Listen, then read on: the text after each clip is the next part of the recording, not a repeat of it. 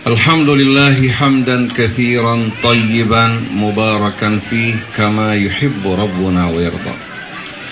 Allahumma salli wa sallim wa barik ala sayyidina wa nabiyyina wa qaidina wa qurrati a'yunina Muhammad wa ala alihi at-tayyibin wa sahabatihi al-ghurril mayamin wa tabi'ina lahum bi ihsanin ila yaumiddin.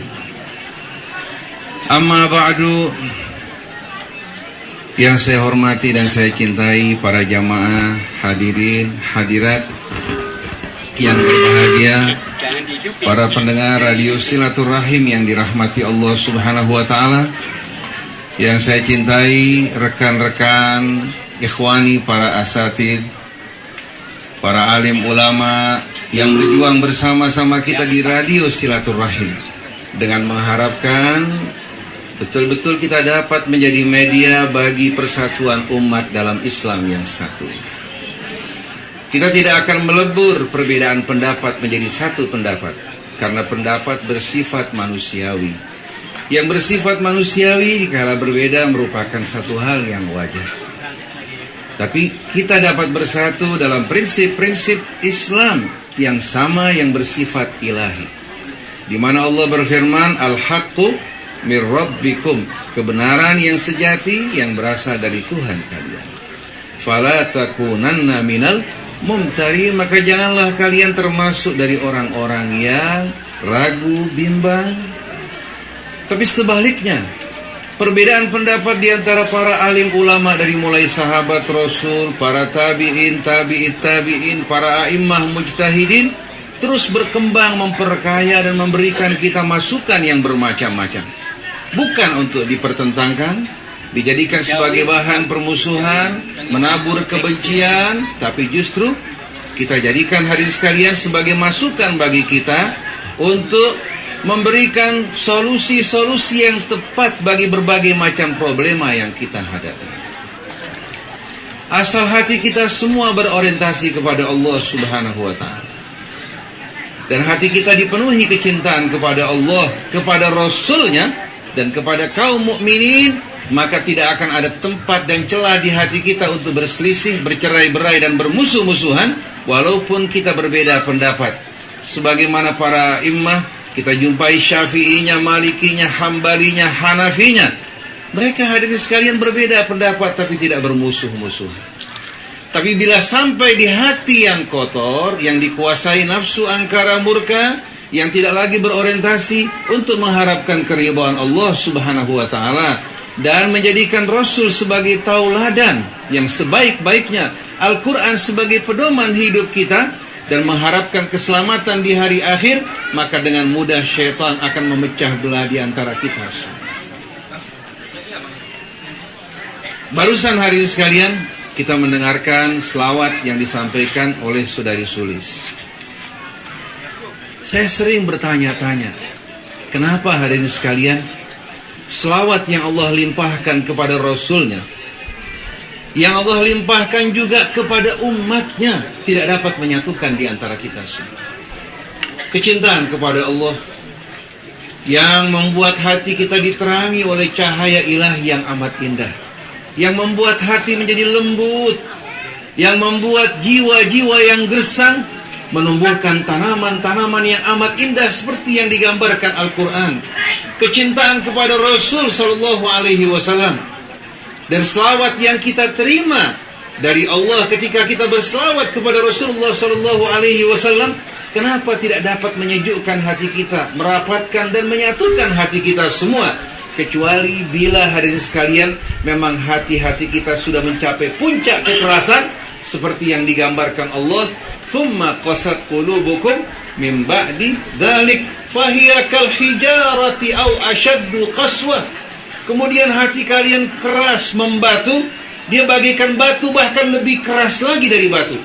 Wa inna minal hijarati lama yatafajjaru minhul anhar. Padahal dari batu-batu gunung ada yang memancar mengeluarkan mata air yang mengalir menjadi sungai yang membawa keberkahan.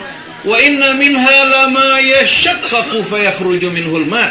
Di antara batu ada yang retak terbelah, kemudian air menetes dari celah-celahnya. Masa dari hati kita, hati manusia yang diberikan karunia oleh Allah dan mendapatkan limpahan rahmatnya, kemudian dimuliakan dengan kehadiran Rasulnya dan kitab sucinya yang Allah turunkan sebagaimana firman-Nya, huwallazi ba'atsa fil ummiyina rasulan minhum yatlu alaihim ayatihi wa yuzakkihim wa yu'allimuhumul kitaba wal hikmah wa in kanu min qablu lafi dhalalin mubin.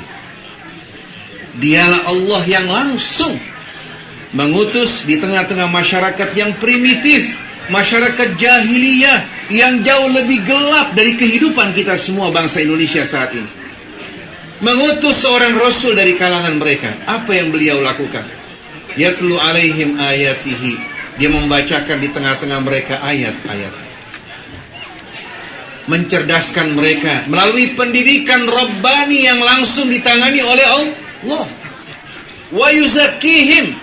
Dari ayat-ayat yang dibacakan, Allah subhanahu wa ta'ala mensucikan jiwa mereka dari kebencian, dari permusuhan, dari kedengkian, dari nafsu angkara murka, dari rasa ingin menonjol, dari kecintaan kepada dunia yang memecah belah kita dengan atas nama agama.